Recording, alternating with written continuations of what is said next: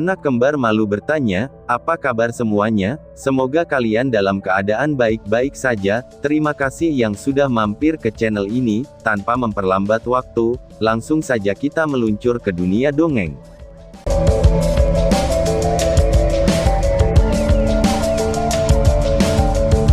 Keesokan harinya, sebelum fajar menyingsing, Lindong sudah menyelesaikan pelatihannya. Hari ini, dia akan mengunjungi gudang milik Lin Clan. Sehubungan dengan hal ini, bahwa ia telah menunjukkan minat yang besar.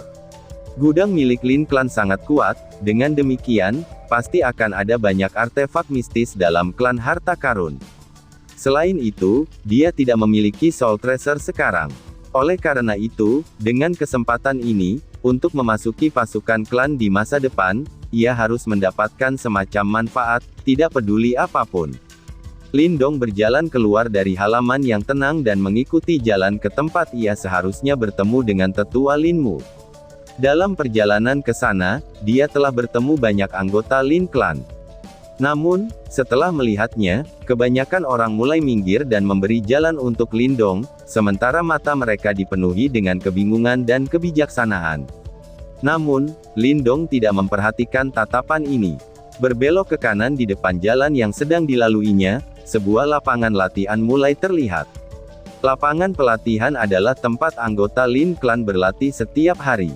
Meskipun masih pagi, sudah ada beberapa anak laki-laki dan perempuan yang berlatih di lapangan. Munculnya Lindong yang secara tiba-tiba, menyebabkan seluruh lapangan menjadi tenang. Pada saat ini, pandangan yang tidak biasa terlihat di wajah anggota klan yang biasanya sombong.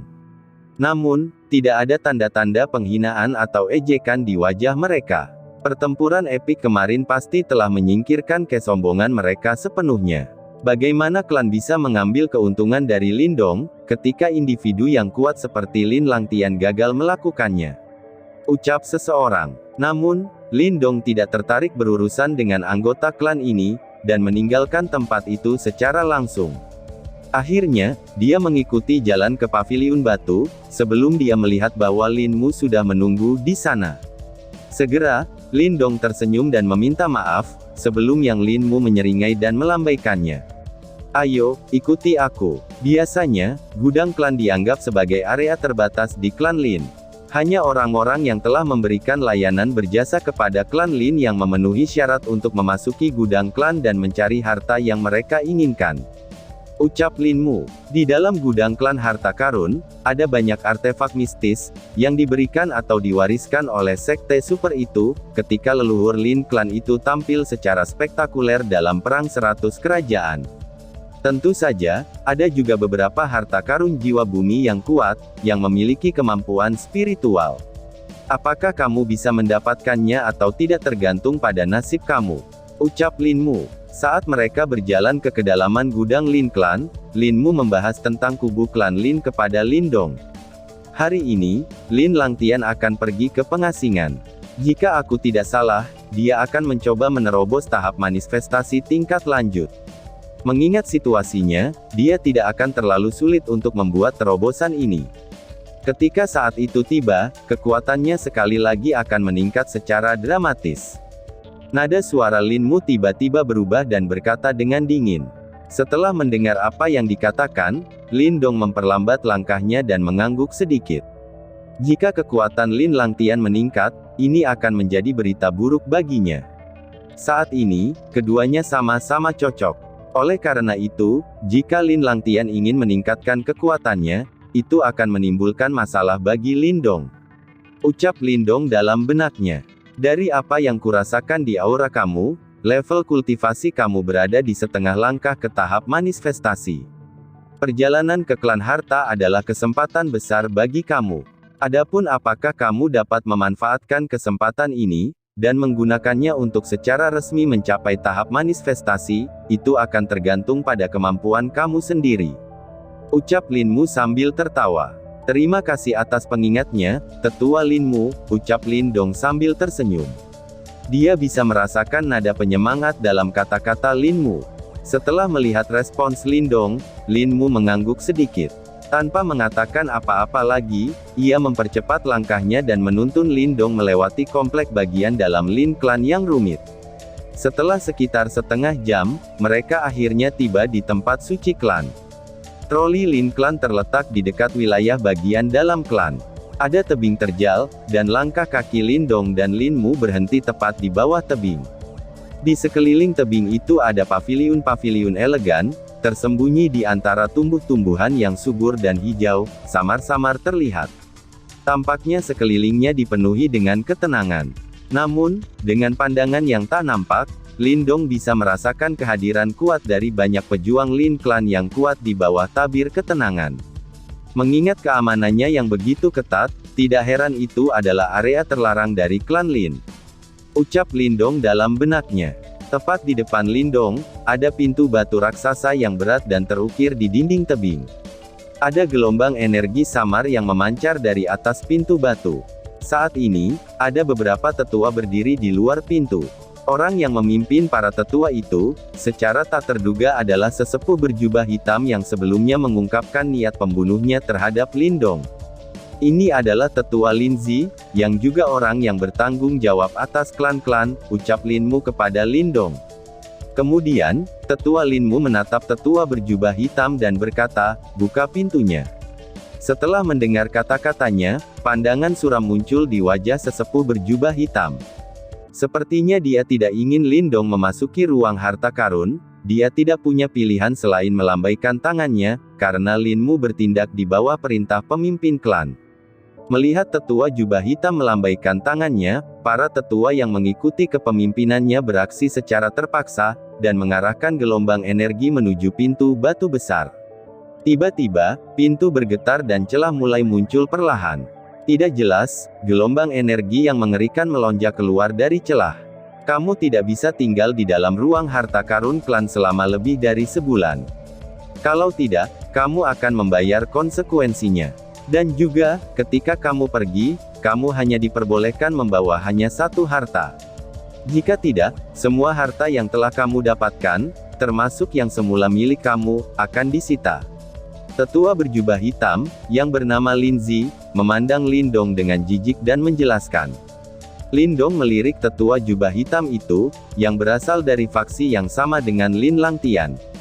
Tidak suka mengatakan apa-apa, Lindong mengajukan perpisahan kepada Lin Mu dengan hormat dan berjalan pergi, menyapu melewati tubuh Lin Zi dalam prosesnya. Dengan langkah kaki yang stabil, dia berjalan langsung melalui celah di pintu batu. Tindakan Lindong semakin menghitamkan wajah Lin Zi yang sudah suram. Saat Lin Zi menyipitkan matanya, aura dingin melonjak melalui mereka. Tutup pintu klan. Lin Zi berteriak dingin ketika dia melihat Lindong memasuki paviliun klan. Para tetua itu kemudian menganggukkan kepala dan mulai memanipulasi pintu, menyebabkannya menutup secara bertahap. Lin Zi, meskipun kamu bertanggung jawab atas paviliun klan, kamu sebaiknya tidak diam-diam menyabotasenya. Jika tidak, jika ada yang salah, maka tidak ada yang bisa berbicara untuk membela kamu. Lin Mu memelototi Lin Zi dan berkata acuh tak acuh dengan nada memperingati. Jangan khawatir, ucap Lin Zi.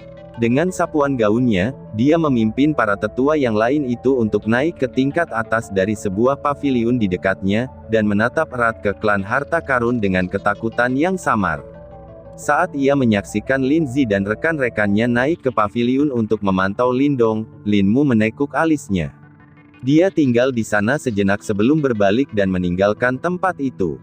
Di lantai atas paviliun, seringai mengerikan melintas di wajah Lin Zi yang tua dan berkerut saat dia menatap sosok Lin Mu yang jauh. Dia kemudian menoleh dan bertanya, "Apakah kamu tahu harus melakukan apa seperti yang aku perintahkan untuk kamu lakukan?" "Siap, sudah aku diselesaikan.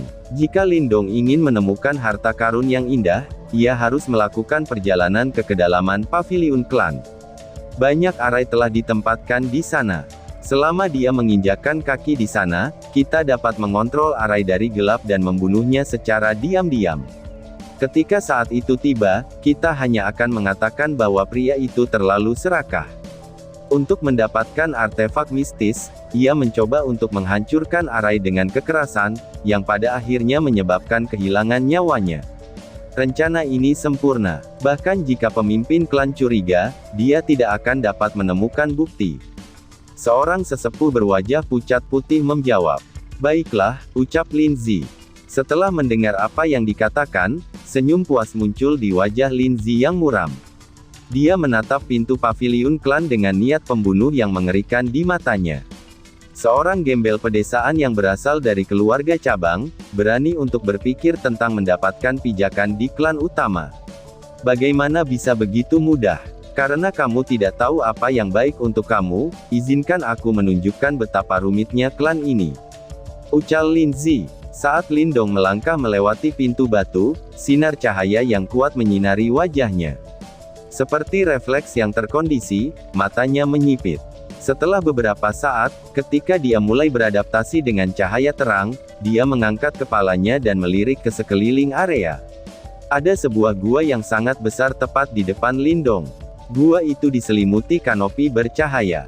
Beberapa ratus kaki di atas gua, ada beberapa lubang kecil di mana sinar matahari yang menyinari ke dalam gua, semakin mengintensifkan sinar di daerah itu. Gua itu sangat luas dan panjang. Ketika Lindong mencoba menatap jauh ke dalam gua, dia bahkan tidak bisa melihat ujungnya. Apakah ini paviliun harta karun Lin Clan?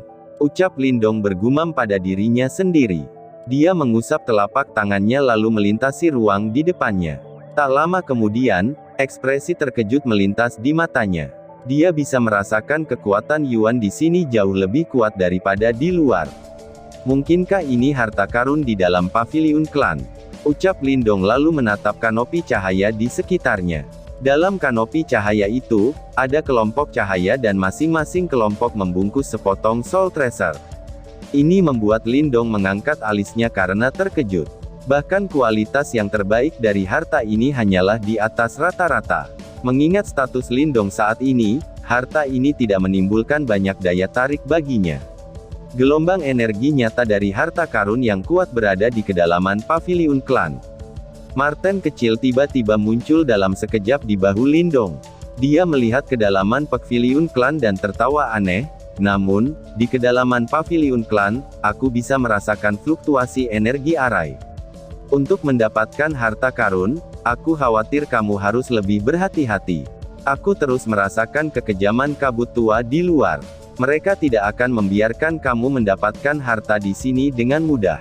Ucap Marten kecil. Lindong tertawa malu-malu. Tentu saja, dia tahu bahwa Lin Zi tidak akan membiarkannya mendapatkan harta dengan mudah. Jika tidak, Lin Langtian pasti akan meningkatkan tekanan pada mereka. Kita tidak perlu peduli dengan kentut tua itu. Jika dia benar-benar menyabotase kita akan mengurusnya ketika saat yang tepat tiba, ucap Lindong. Tanpa ragu-ragu, Lindong mengambil langkahnya dan berjalan menuju kedalaman paviliun klan. Mengandalkan energi mentalnya yang luar biasa, dia bisa merasakan gelombang energi dari kemampuan spiritual yang datang dari kedalaman paviliun klan. Itu mungkin harta karun jiwa bumi yang ia dambakan dalam mimpinya. Karena sekarang dia berada di dalam paviliun harta karun, tidak mungkin dia akan kembali dengan tangan kosong. Jika cerita lama sungguh ada, maka itu benar-benar tidak bijaksana. Lindong tidak akan menyerah dan menggunakan kekerasan terhadapnya. Sementara itu, dia tahu bahwa kekerasan adalah solusi untuk apapun, di mana saja. Gumam Lindong dalam benaknya. Dan sekarang, dia jelas memiliki kemampuan untuk mengajarkan pelajaran kepada kentut tua itu. Di dalam gua besar, pancaran mempesona dari harta karun berkerumun dari segala arah, memasang tampilan yang membagongkan. Orang biasa yang menginjakkan kaki di tempat ini maka tidak ingin pergi beranjak. Apapun yang diambil dari sini akan dianggap sebagai harta yang mahal di dunia luar. Dengan demikian, ia menunjukkan betapa kuat dan membagongkannya paviliun harta karun Lin Clan. Lin Clan sepenuhnya layak menjadi salah satu dari 4 klan besar. Namun, Lindong kehilangan minat setelah memiliki sekilas kilau dari harta karun itu, dan melanjutkan perjalanan menuju kedalaman paviliun klan tanpa berhenti. Luas paviliun klan itu cukup besar. Lindong butuh setengah jam berjalan sebelum mencapai wilayah yang lebih dalam. Wilayah yang lebih dalam dari paviliun klan memiliki lingkungan yang sama sekali berbeda dari luar paviliun. Ada beberapa sinar kecemerlangan yang menguraikan jalur cahaya dan di ujung setiap jalan, ada sebuah altar batu, yang ditelan oleh cahaya yang bersinar. Mengambang di atas altar-altar batu, itu adalah berbagai macam harta karun jiwa yang kuat, ramuan, seni bela diri dan sebagainya. Ketika ia mencapai wilayah yang lebih dalam, Lin Dong menemukan bahwa konsentrasi Yuan Power di sana telah mencapai tingkat yang menakutkan. Beberapa kekuatan Yuan mulai berkumpul menjadi awan tipis, yang mengejutkan Lin Dong. Dia melihat sekeliling dan memperhatikan, bahwa ada beberapa lubang kecil di tanah dan sekitarnya. Konsentrasi Yuan Power yang tinggi di daerah itu disebabkan oleh lubang kecil ini, yang terus-menerus menghasilkan kekuatan Yuan ini. Di bawah paviliun klan, ada formasi yang sangat besar, yang terus-menerus menyerap kekuatan Yuan dari surga dan bumi, dan memompa mereka ke daerah ini. Yuan Power ini kemudian digunakan untuk memelihara harta ini. Suara Little Marten menggema di benak Lin Dong. Itu muncul sebentar sebelum kembali ke jimat batu karena takut bahwa mungkin ada pengawasan magis di daerah ini.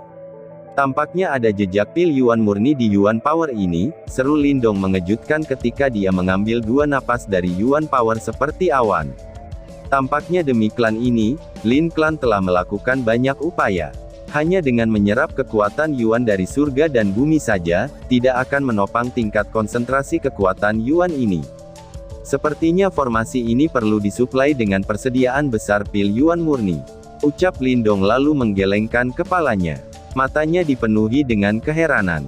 Hanya teknologi seperti Lin Klan mampu melakukan aksi seperti itu.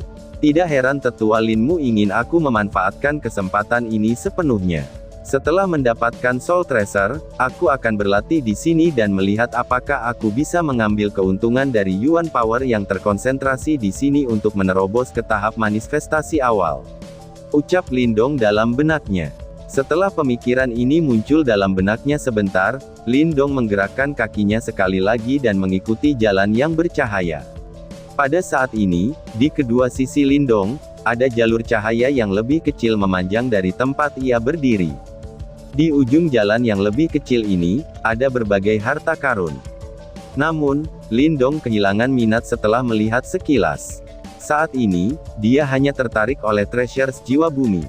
Adapun seni bela diri klan Lin dan bahkan seni bela diri manifestasi, ia tidak sedikit tertarik pada mereka. Bagaimanapun, seni bela diri manifestasi dapat diklasifikasikan sebagai bela diri rendah, rata-rata atau tinggi. Seni bela diri klan manifestasi seperti Great Heavenly Phoenix Seal yang ditampilkan Lin Langtian tempo hari, paling banyak adalah seni bela diri manifestasi kelas rendah. Sementara itu, menurut dugaannya, Great Desolate Emergeoning Heavenly Finger akan menjadi seni bela diri manifestasi tingkat tinggi, jika dia benar-benar bisa menguasainya. Pada saat itu, setiap gerakan yang dia lakukan akan menjadi gerakan yang menghancurkan bumi. Oleh karena itu, meskipun Lin Dong menemukan beberapa seni bela diri Lin Klan yang kuat di jalur cahaya, dia tidak pernah bertahan dan terus berjalan. Setelah sekitar 10 menit, jalan di depan tiba-tiba membentang sebelum kanopi cahaya besar muncul di depan Lin Dong. Lin Dong berhenti di depan kanopi cahaya dan menatapnya dengan tegas. Di dalam kanopi, dia bisa melihat 4 bola cahaya yang mengambang dan berpencar, dan setiap bola memancarkan gelombang energi yang sangat kuat. Gelombang energi ini dipenuhi dengan kekuatan spiritual. Rupanya, ini adalah treasures jiwa bumi yang dirindukan Lin Dong, bahkan dalam mimpinya. Lin Klan memang layak reputasinya disebut klan elit. 4 harta bumi jiwa, ucap Lin Dong. Mata Lin Dong menyala-nyala saat dia melihat keempat bola cahaya di kanopi cahaya. Jika dia mendapatkan salah satu dari mereka, kemampuan bertarungnya akan meningkat secara drastis. Hati-hati Lin Dong. Banyak formasi telah dibentuk di sekitar sini dan fluktuasi energi mereka cukup kuat. Suara Little Marten tiba-tiba bergema di benak Lin Dong saat matanya berkilauan. Baik, ucap Lin Dong. Lin Dong mengangguk. Dia bisa merasakan bahwa banyak formasi telah ditempatkan di sekitar kanopi cahaya. Secara konvensional, formasi digunakan untuk tujuan defensif dan tidak akan menyerangnya. Namun, Lin Zi bertanggung jawab atas pasukan klan dan dia berada pada faksi yang sama dengan Lin Langtian. Karena fakta ini, Lindong tidak punya pilihan selain lebih berhati-hati. Jejak Lindong berhenti di luar kanopi cahaya. Dia kemudian bergumam pada dirinya sendiri sejenak sebelum meletakkan kakinya perlahan. Kekuatan Yuan di tubuhnya mulai bergerak dengan cepat, mempersiapkannya untuk segala keadaan yang tiba-tiba. Peristiwa yang diramalkannya tidak terjadi. Formasi yang mengelilingi kanopi cahaya terus mengambang dengan damai tanpa aktivitas apapun. Namun, ada kekuatan pembatas yang kuat yang berasal dari ruang di depan kanopi, seolah-olah sedang berusaha mendorong Lindong menjauh. Kekuatan-kekuatan yang terbatas ini tampaknya berasal dari 4 harta karun jiwa di dalam kanopi cahaya, dan kekuatan gabungan mereka tidak kalah dari seorang praktisi manifestasi tingkat lanjut. Namun, tekanan ini menimbulkan sedikit kendala bagi Lindong. Langkah kakinya tetap stabil saat dia perlahan berjalan melintasi kanopi yang bersinar itu dan mendekati keempat bola cahaya itu. Berdengung, berdengung. Saat langkah Lindong mulai mendekat, keempat bola cahaya mengeluarkan suara berdengung aneh seolah-olah mereka merasakan sesuatu. Kekuatan yang membatasi tiba-tiba meningkat dan mendorong kembali Lindong, memaksanya untuk mengambil langkah mundur. Ini memang treasures jiwa bumi, ucap Lindong. Alih-alih merasa marah, Lindong sangat senang menyaksikan apa yang terjadi. Semakin sulit harta karun jiwa ini menentang, semakin kuat mereka kemuatannya. Pokoknya, ini hanya soul treasures, ucap Lindong lalu tertawa. Tiba-tiba, tubuhnya tersentak dan gelombang panas menyengat melewatinya, menghilangkan kekuatan pembatas yang kuat dalam proses itu. Lindong kemudian mengambil beberapa langkah dan menerobos kanopi cahaya secara menyeluruh. Dalam sekejap, Lindong tepat di depan 4 bola cahaya. Retakan. Sama seperti Lindong menerobos kanopi cahaya, tiba-tiba, suara gertakan lembut pecah. Pada saat itu, ekspresi wajah Lindong berubah dan dia berbalik dengan tiba-tiba. Apa yang dia lihat adalah formasi yang sebelumnya mengambang, sekarang diaktifkan dan dengan kuat menjebaknya di dalam kanopi cahaya, seolah-olah itu semacam penjara. Tentu saja, kesabaran kentut tua itu demi mencoba untuk melukaiku, ucap Lindong. Sebuah kilatan dingin membekas di mata Lindong, ketika dia menyaksikan apa yang baru saja terjadi. Dia kemudian mengangkat kepalanya dan mencoba mengamati sekelilingnya. Dia tahu bahwa Lin Zi bisa mengamati adegan yang sedang berlangsung sekarang. 2R. Saat Lindong memindai sekeliling, formasi di sekitarnya tiba-tiba mengeluarkan raungan teredam, diikuti oleh ledakan cahaya. Lebih dari 10 sinar cahaya yang kuat ditembakkan dengan keras dari formasi, dan mengarahkan diri mereka ke bagian-bagian vital tubuh Lindong. Setelah melihat sinar cahaya yang menuju dirinya, wajah Lindong tetap tenang dan sepertinya dia tidak punya niat untuk menghindarinya. Lindong kemudian merilis pukulan kuat, yang disertai dengan angin kencang, dan benar-benar merobek setiap cahaya yang masuk. Sementara itu, Lindong diserang oleh formasi, para tetua yang ditempatkan di paviliun di luar paviliun klan, memandang acuh tak acuh pada layar cahaya di depan mereka.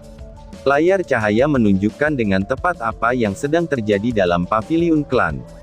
Adegan pembalasan kepada Lindong juga dapat terlihat olehnya. Mari kita bekerja bersama dan mengontrol formasi untuk membunuhnya. Lin Zi mencibir sambil melihat layar cahaya. Selama kita berempat bekerja bersama, kita dapat melakukan perlawanan, bahkan jika itu melawan seorang praktisi yang telah mencapai puncak tahap manifestasi. Bahkan jika Lindong memiliki banyak trik di lengan bajunya, dia tidak akan melarikan diri hari ini. Ucap Lin Zi. Ya, ucap tetua lainnya. Mendengar apa yang dikatakan, ketiga tetua menganggukkan kepala dengan sungguh-sungguh. Tak lama setelah mereka bekerja bersama, segel tangan mereka mulai berubah secara tidak teratur. 4 sinar cahaya ditembakkan dari tangan mereka ke layar cahaya, lalu mereka mulai mengendalikan formasi dalam kegelapan. Gemuruh. Ketika mereka menggabungkan kekuatan mereka, gelombang kejut yang mengerikan pecah di paviliun klan, memicu berbagai arai. Segera, Lindong merasakan kekuatan membatasi yang besar menyapu dari segala arah. Segera, matanya tenggelam. Alasan mengapa Lin Zi berani menyerangnya secara alami, karena dia sangat percaya diri dengan kemampuannya sendiri. Berdasarkan kemampuan gabungan mereka, selain formasi, bahkan ia akan merasa sulit untuk berurusan dengannya. Bahkan, jika dia lalai, dia mungkin akan binasa. Lindong, apakah kamu melihat layar cahaya di bagian atas gua? Itu harus menjadi titik fokus di mana mereka mengendalikan formasi. Selama titik fokus itu dihancurkan, mereka akan kehilangan kemampuan untuk mengendalikan formasi. Jika tidak, dengan sejumlah besar formasi di sini dan gelombang serangan yang konsisten, kamu akan perlahan-lahan terkuras sampai mati. Suara Little Marten bergema dengan cepat di benak Lindong di saat Lindong membelokkan sinar cahaya yang datang kepadanya dari segala arah. Setelah dia mendengar apa yang dikatakan Marten kecil, Lindong mengangkat kepalanya tiba-tiba. Memang, dia melihat sinar yang menyilaukan mengambang di atas gua.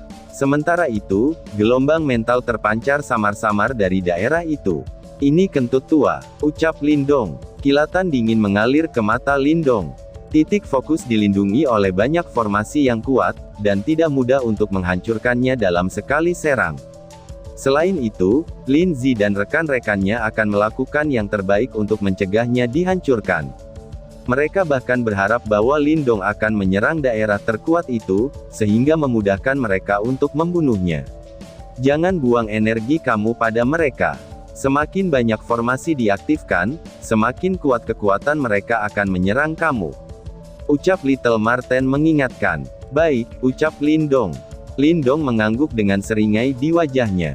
Karena kabut ini sangat menjengkelkan, maka jangan salahkan dia karena kejam dan tanpa ampun. Saat pikiran ini melintas di benaknya, Lindong mengganti segel tangannya. Tiba-tiba, aura pembunuhan yang kuat dan kejam keluar dari tas Qian Kun Lindong dengan kecepatan kilat. Aura pembunuhan ini sangat kejam. Setelah muncul, itu menyebabkan Yuan Power di sekitarnya berfluktuasi dengan kuat. Tanpa menunggu siapapun bereaksi, seberkas darah menyembur dengan kecepatan yang menakutkan. Bang! Bang! Hampir tidak ada yang bisa melihat kecepatan cahaya berdarah itu. Ketika cahaya berdarah terbang di udara, formasi yang menyelubungi titik fokus meledak tanpa perlawanan. Cahaya berdarah kemudian menyerang layar cahaya dengan kejam. Dengan satu serangan, layar cahaya meledak. Di bawah serangan yang kuat dan tepat, Lin Zi dan rekan-rekannya kehilangan kontak total dengan pasukan klan tanpa ada kesempatan untuk bereaksi. Batuk, muntahan. Di paviliun, layar cahaya meledak dari serangan itu. Lin Zi dan wajah rekan-rekannya pucat pasi. Segera setelah itu, mereka meludahkan seteguk darah dengan keras sementara mata mereka membelalak ngeri, lalu bersambung. Sekian dan terima kasih.